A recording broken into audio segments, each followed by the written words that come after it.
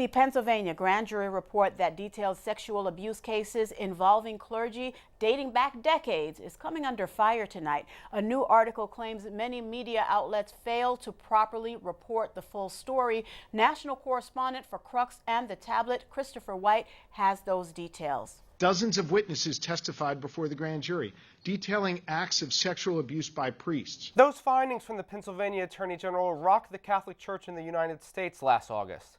Now, a veteran religion reporter, Peter Steinfels, is calling the investigation inaccurate and unjust. Steinfels published an in-depth article questioning both the methodology and the motivation of the grand jury report. The abuse scarred every diocese. The cover-up was sophisticated.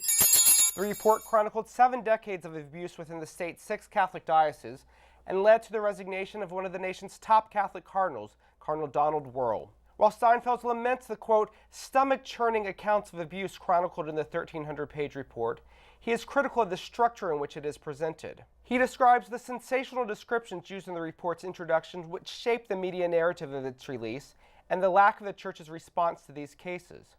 He continues saying, quote, there are no efforts to discern statistical patterns in the ages of abusers, the rates of abuse over time, the actions of law enforcement, or changes in responses by church officials. Nor are there comparisons to other institutions.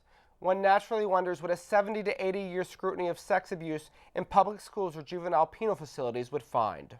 In the end, Steinfels maintains that the Dallas Charter that the U.S. Church's 2002 guidelines on child protection has worked.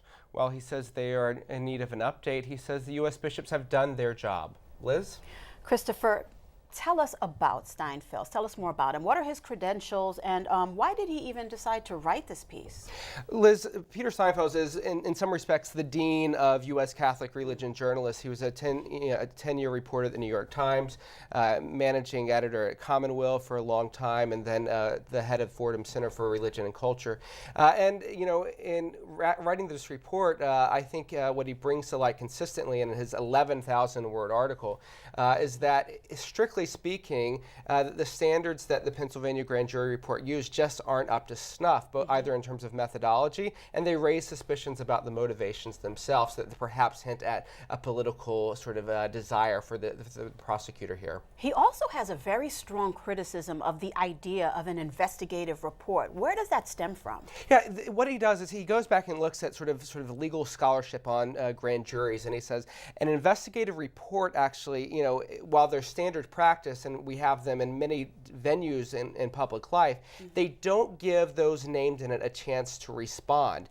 And with a report with the ramifications as large and critical as this, it's really unfair to list so many people without giving them a chance to respond. Christopher, give us some perspective here. How might this article shape the U.S. Church's ongoing response to the clergy sex abuse crisis? Yeah, I think one line that he has in the report is that the church that is chronicled in the sex abuse report isn't the church of today, which is why so many bishops have said we have the guidelines in place for dealing with minor abuse, so now we need to pivot to what are the protocols for bishops and for dealing with cover-up. So it's a new conversation that's being had. All right, Christopher, thank you very much for that report.